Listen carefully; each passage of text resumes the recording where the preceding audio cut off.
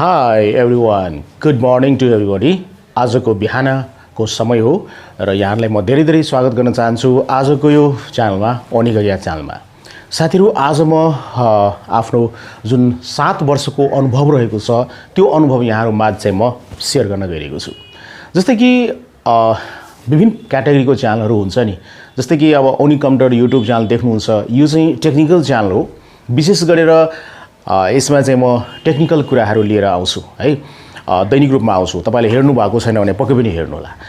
र अर्को कुरा के छ भन्दाखेरि जब मैले 2017 मा च्यानल सुरु गरेको थिएँ त्यतिबेला चाहिँ क्याटेगोरी वाइज भिडियो बनाउनु पर्छ, एउटा सिंगल थीममा चाहिँ च्यानल हुनुपर्छ भने त्यतिबेला चाहिँ यो लहर चलेको थिएन र हामीलाई यस्तो प्रकारको भान पनि भएको थिएन र जस्तो प्रकारको भिडियो पनि हामीले राख्ने गरेका थियौं। जे भिडियो पायो त्यस्तै ब्लगको भिडियो भयो हैन, घुमफिर गरेका भिडियोहरु भयो, टेक्निकल भिडियोहरु भयो र अरु भिडियोहरु पनि हामीले चाहिँ राख्ने गरेको हुन्थ्यो एउटै च्यानलमा।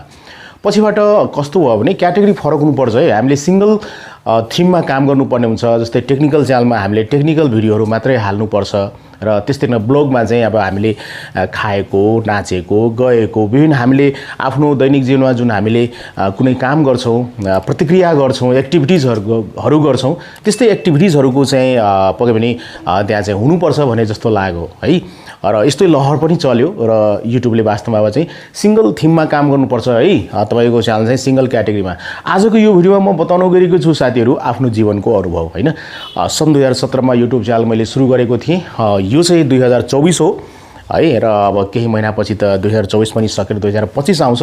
भन्दाखेरि कस्तो क्याटेगोरीमा काम गर्दाखेरि कुन क्याटेगोरीको भिडियो बनाउँदाखेरि तपाईको बढी भ्युज आउँछ, के यो कुरा चाहिँ हामीले कन्फर्म रूपमा भन्न सक्छौं त? मलाई कस्तो लाग्छ भन्दाखेरि कन्फर्म रूपमा त भन्न सकिदैन कि यही क्याटेगोरीको च्यानलमा चाहिँ बढी कमाइ हुन्छ, तर एउटा कुरा महसुस के गरेको छु भन्दाखेरि कम भ्युजमा चाहिँ कुन यस्तो क्याटेगोरी हो जसमा चाहिँ बढी पैसा आउँछ हैन। तर अर्को क्याटेगोरीमा धेरै भ्युज ल्याउनु पर्ने हुन्छ पैसा कमाउनको लागि हो साथीहरु। त्यसै ब्लग च्यानल, तपाईले ब्लग च्यानल बनाउनुहुन्छ भने ब्लग च्यानलमा थोरै भ्युज आएर हुँदैन, धेरै भ्युज आउनु पर्ने हुन्छ पैसा कमाउनको लागि। र म तुलना गर्न चाहन्छु ब्लग च्यानल र टेक्निकल च्यानलको है। टेक्निकल च्यानलमा के हुन्छ भन्दाखेरि कमै भ्युजमा तपाईको बढी पैसा आउँछ, तर ब्लग च्यानलमा धेरै भ्युजमा चाहिँ थोरै पैसा आउँछ। त्यसैले मलाई चाहिँ कस्तो लाग्यो भन्दाखेरि टेक्निकल च्यानलमा काम गर्नुपर्छ, टेक्निकल च्यानलमा भिडियो बनाउनु पर्छ। तर चाहिँ भिडियोमा के हो भन्दाखेरि अब नेपालमा चाहिँ टेक्निकल अलिकति भिजिटरहरु, टेक्निकल ट्राफिक अलिकति थोरै, टेक्निकल युजर्सहरु धेरै कम भएको कारणले गर्दाखेरि थोरै कम युजरहरुले हेर्नुहुन्छ। तर थोरै युजरहरुले हेरे पनि, थोरै ट्राफिक आए पनि कमाइ चाहिँ दरो हुँदो रहेछ। यो मेरो अनुभव रहेको छ।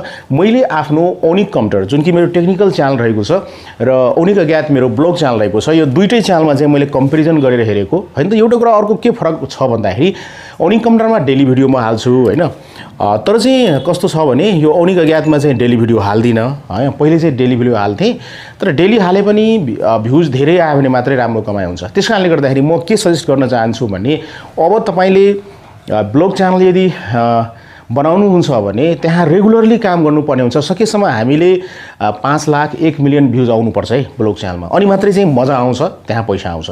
तर चाहिँ टेक्निकल भिडियोमा चाहिँ तपाईको कमै भ्युजमा, जस्तै कि प्रत्येक भिडियोमा 1000 भ्युज, 2000, 1000 देखि 10000 सम्म भ्युज आयो भने मजाले तपाईले महिनाको 60000 70000 कमाउन सक्नुहुन्छ। तर प्रत्येक भिडियोमा जस्तै अपलोड गर्नुहुन्छ भने 24 घण्टामा 1000 देखि 10000 सम्म भ्युज आयो भने महिनाको 60-70 त कसैले पनि रोक्न सक्दैन। तर ब्लग च्यानलमा चाहिँ यति पैसा आउँदैन साथीहरु। ब्लग च्यानलमा हप्तामा 10000 1000 देखि 10000 भ्युज आए पनि त्यहाँ चाहिँ मुस्किलले तपाईलाई $10 र $20 चाहिँ कमाइ हुन्छ। त्यसकारणले गर्दाखेरि तपाईले पर्सनली मलाई सोध्नुहुन्छ भने म त टेक च्यानल नै यहाँहरुलाई रिकमेन्ड गर्छु।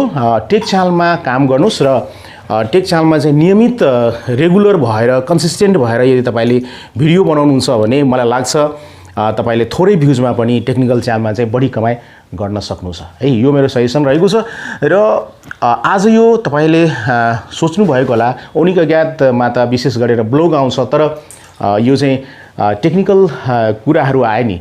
अब मैले के विचार गरेको छु भन्दाखेरि ओनिकाgyatमा पनि एउटा एनालाइसिस हुन्छ नि, एउटा कम्पेरिजन हुन्छ।